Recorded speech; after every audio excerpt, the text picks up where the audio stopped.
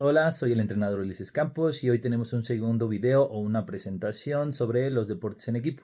Ya en una ocasión anterior hablamos sobre los deportes individuales. Igual que la ocasión anterior, esta presentación está enmarcada dentro de la asignatura de Planeación y Programación de la Iniciación Deportiva, dentro de la licenciatura en Metodología Aplicada al Deporte. Bueno, vamos a ello, ¿sí? Pasemos a la siguiente diapositiva. Bueno, hablemos para empezar de la definición de los deportes en equipo. Bueno, los deportes en equipo son aquellas disciplinas deportivas en las que participan dos o más jugadores por lado. Entre ellos colaboran para alcanzar un objetivo común que puede ser ganar el partido o superar al equipo contrario. Esto se hace bajo reglas establecidas previamente. El ejemplo más popular o el más conocido por todos sería el del fútbol. Yo creo que es el deporte más popular casi en todo el mundo, el más practicado. También tenemos el baloncesto, el voleibol, el balonmano o handball, que es un deporte a lo mejor no tan conocido y no tan practicado, pero bueno, un gran deporte. Y el rugby también es un gran ejemplo de ellos, ¿no? Que actualmente se ha vuelto un deporte popular. Nosotros estamos en México, no sé dónde estés viendo tú este video, pero es un deporte que ha ido tomando auge. Aquí tenemos representativos nacionales y es un deporte súper interesante. Y entonces un gran ejemplo de deportes en conjunto. Pasemos sobre las características principales de los deportes en equipo. Bueno, como ya hablamos un poquito anteriormente en su definición, la participación colectiva y cooperativa es esencial para que se desarrollen los deportes en equipo, requieren estrategias grupales, a diferencia de los deportes individuales, como su nombre lo dicen. En este caso requerimos estrategias que integren a todos los participantes del equipo y que incluyan o piensen y tomen en cuenta a los participantes contrarios, ¿sí? Entonces requieren estrategias para eso. Existe una interacción constante, por lo tal, entre compañeros y también entre los oponentes y con los oponentes. Ya dijimos que se juegan bajo reglas comunes y algo interesante o importante de sus características es que fomentan valores como la solidaridad, la comunicación y el respeto entre todos los participantes. Pasemos a la siguiente diapositiva, por favor. Aquí tenemos una tablita o una diapositiva con la clasificación de los deportes en equipo. Casi todos los deportes en equipo los podríamos clasificar como de cooperación o oposición, salvo hacer algunas distinciones entre ellos, ¿no? Tenemos los de cooperación o oposición colectiva directa, como podrían ser el fútbol, soccer, el rugby o el baloncesto, donde hay una interacción directa entre los miembros de un equipo y los oponentes, ¿no? Todos están al mismo tiempo interactuando. También tenemos una segunda clasificación que sería la de cooperación o oposición colectiva indirecta. El ejemplo más claro de esto sería el voleibol, donde el balón pasa por encima de una red, pese a que los dos equipos están al mismo tiempo en el terreno de juego. La interacción es un poco indirecta porque no hay un cuerpo a cuerpo entre los jugadores de ambos equipos, sino la red es la mediadora. Entonces por eso diríamos que son de colectiva indirecta o de oposición colectiva indirecta. Y una tercera, o básicamente que sería la que se desprende, que todos son de cooperación. Algunos no son ni directa o indirecta como tal. Podríamos pensar un poquito más en esto. No sé, aquí en la diapositiva me parece que no lo aclaré muy bien, no sé muy claramente, pero pensemos un poquito, por ejemplo, en el nado sincronizado. Es un deporte de equipo que es de cooperación, requiere la interacción, comunicación de los miembros o participantes del equipo, pero no hay una interacción directa, no intervienen, como podría ser el caso del waterpolo, miembros opositores al mismo tiempo en el terreno de juego. Y aunque sí hay una interacción o oposición indirecta porque se tienen que sumar puntos o se planea superar equipos rivales, el equipo rival no está al mismo tiempo en el terreno de juego, aunque no haya contacto entre ellos, ¿no? Entonces es un deporte más de cooperación, es un tipo de interacción de cooperación. Otra forma de clasificar los deportes de equipo sería según el espacio donde se practican. Entonces tenemos deportes de campo abierto como podrían ser el fútbol, el rugby, el fútbol americano, o de cancha cerrada como podrían ser el baloncesto, el voleibol o el handball. Una tercera forma de clasificarlo sería por la forma de participación, que podría ser en este caso simultánea, donde todos los integrantes de los equipos intervienen a la vez en sus acciones de ataque, de defensa y de interacción en general. Todos están al mismo tiempo interactuando en el terreno de juego. La segunda por participación sería la forma alternativa. En esta modalidad existen turnos establecidos para las jugadas de ataque y de defensa como tal. Un gran ejemplo de esto sería el béisbol, o el softball. Bueno, que son básicamente el mismo tipo de deporte, ¿no? Donde un equipo alterna entre las jugadas ofensivas, el turno al bate, y el otro equipo en la jugada defensiva, ¿sí? Esa sería un poco la participación alternativa. Pasemos a la siguiente diapositiva. Hablemos un poquito sobre los modelos de intervención pedagógica. Al igual que en los deportes individuales, tenemos modelos de intervención pedagógica en los deportes de equipo. El primero del que vamos a hacer mención sería el modelo tradicional o técnico, donde el enfoque en la enseñanza es más hacia los gestos técnicos, a alta repetición de ejercicios, hay una menor participación o interacción del alumno en la toma de decisiones, es más una interacción pedagógica de mando directo, donde el entrenador o el profesor dice qué hacer y el alumno o el deportista ejecuta en base a repeticiones, ¿sí? Una y otra y otra y otra. Un segundo modelo sería el modelo comprensivo, o por sus siglas en inglés de TGFU, Teaching Games for Understanding, que es un modelo que prioriza la toma de decisiones de parte del alumno o el deportista. Mediante el uso de juegos y situaciones se hace la práctica real del deporte. Favorece un aprendizaje más significativo. Tomamos una parte del juego para luego enseñar una técnica específica, ¿sí? Ese sería el modelo comprensivo, enseñar asiento. Tomamos una pequeña parte y luego enseñamos la técnica como tal. El tercer modelo sería un modelo constructivista, donde el estudiante explora más soluciones por sí mismo, se estimula la creatividad del deportista o del alumno, un pensamiento crítico, promovemos un aprendizaje activo a través de la experiencia misma, aprender haciendo.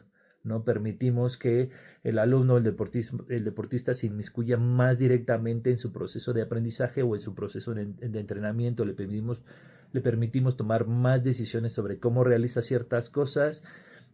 Una interacción un poco no de mando directo, sino más al mismo nivel, ¿sí? Para que aprenda asiento.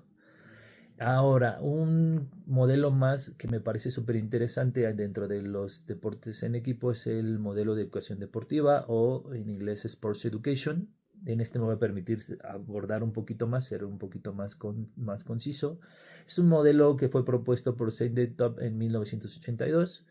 Es un modelo de enseñanza que simula las características contextuales predominantes del deporte y emplea una metodología centrada en el alumnado. Básicamente, la estructura de este modelo pedagógico es la enseñanza como una temporada deportiva. Intentamos que el alumno gradualmente tome mayor responsabilidad sobre su aprendizaje a través de estructurar el ciclo educativo como una temporada deportiva. Entonces, para este modelo, el autor propone 6 características claves.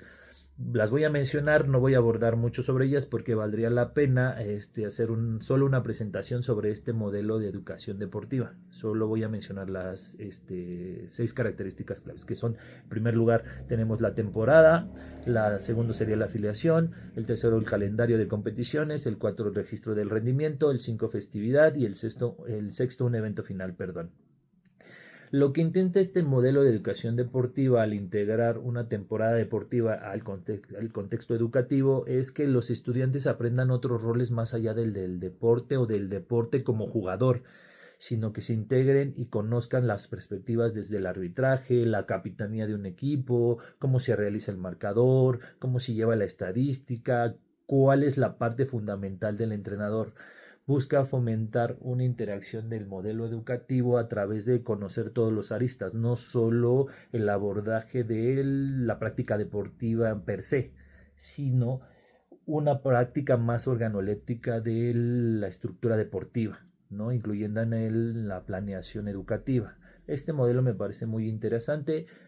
Como les menciono, valdrá la pena en algún momento que se metan y conozcan más sobre este modelo de educación deportiva o Sports Education, y espero en algún futuro poder hacer una presentación solo sobre este tema, el cual honestamente no conocía y me pareció muy interesante. Pero bueno, aquí lo voy a dejar por el momento, solo recordando que la estructura de la enseñanza es como una temporada deportiva, incluir todo ese modelo, y que no solo es la parte del deportista, sino todo lo que rodea al modelo deportivo, ¿sí?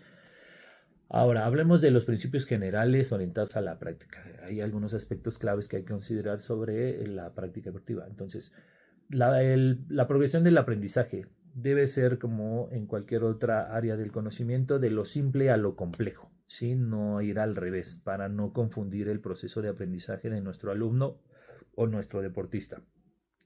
Debemos promover la participación activa y significativa de todos los alumnos por igual, incluirlos a todos. Al ser deportes en equipo, pues la integración del equipo como tal, de todos los miembros del equipo, es importante por igual.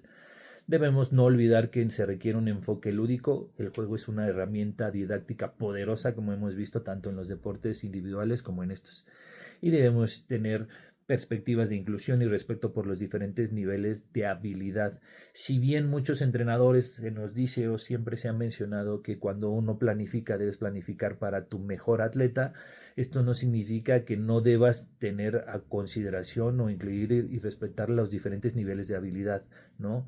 Esto retoma un poquito el segundo punto, que es la participación activa y significativa de todos los alumnos, ¿no? Entonces, debemos sí programar de la mejor manera, pero sin dejar de lado a todos nuestros estudiantes o deportistas, ¿no? Porque lo que queremos promover es el trabajo en equipo y el desarrollo de valores sociales, culturales, deportivos en colectivo. Bien, ahora, hablemos de los objetivos educativos. Estos no difieren tanto como los de los deportes individuales. Queremos fomentar el desarrollo motriz, cognitivo, social y emocional de nuestros atletas o alumnos. Queremos utilizar situaciones reales del juego para el aprendizaje, enseñar, este punto me parece interesante, enseñar tácticas antes que técnicas para dar sentido a la acción. A veces queremos enfocarnos tanto en que ciertos modelos técnicos o las técnicas nos funcionen y queremos fomentar eso en nuestros deportistas o alumnos, que no les enseñamos cuál es el sentido que le da ese gesto técnico a una acción en general, ¿no? Entonces, enseñar las tácticas antes que la técnica va a permitir un disfrute mayor del deporte y una mejor realización. Después podemos pasar a la técnica, que va a fomentar y potenciar el desarrollo motriz, cognitivo, social y emocional de cada individuo, y eso va a potenciar el colectivo, ¿no? Entonces siempre hay que promover un rol activo del estudiante en la toma de decisiones, y algo importante es que debemos evaluar basados en el proceso y no solo en el resultado como tal. El proceso, igual que en los deportes individuales, es lo más importante. Queremos atletas en su conjunto, en su totalidad, no solo el resultado como tal, no al final de la temporada o al final del ciclo escolar es lo importante, sino el proceso mismo. Todo este aprendizaje y desarrollo motriz, cognitivo, social y emocional es lo que es realmente importante y lo que debemos nutrir en el proceso. Ya para cierre, pues vamos a las conclusiones. Me gustaría mencionar que, bueno, los deportes en equipo son una herramienta educativa poderosa, ciertamente, al igual que lo son los deportes individuales. Su enseñanza debe ser variada, inclusiva y orientada al juego. No hay que olvidar esta parte lúdica de la educación y pues utilizar los diferentes modelos pedagógicos para desarrollar estas habilidades motrices y los valores personales y sociales. Tanto el modelo tradicional, el modelo constructivista, el modelo de Sports Education, lo ideal, como les dije en la presentación anterior, es generar un modelo que tome diferentes o los mejores aspectos de cada abordaje pedagógico o en diferentes momentos del ciclo escolar o del entorno o de la planificación deportiva. Algunos van a ser más benéficos en ciertos momentos de la planeación o de la programación o del ciclo que otros. Entonces debemos incluir varios modelos. No creo que sea buena idea solo estancarnos en un modelo. Lo ideal será utilizar un modelo más ecléctico, que tome lo mejor de todos los modelos, ¿sí? Y bueno, los deportes en equipo son ideales para fomentar el aprendizaje cooperativo, la toma de decisiones, el respeto y la responsabilidad compartida. Lo que queremos es, no más allá del rendimiento físico de nuestros alumnos o atletas, es una enseñanza que busca un desarrollo integral del alumno, del atleta, y pues a través de ellos convertirlos en una herramienta poderosa de educación que contribuye a su bienestar físico, al crecimiento personal y social de nuestros estudiantes o atletas, ¿sí? Recuerden que el proceso es lo importante, no solo el fin, no solo el resultado como tal. El proceso hay que considerarlo como el todo, ¿no?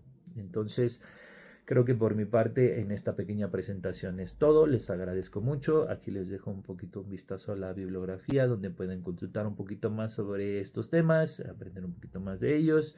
Y Espero verlos pronto en otra presentación y les agradezco mucho su tiempo, cuídense mucho y nos vemos pronto. Bye.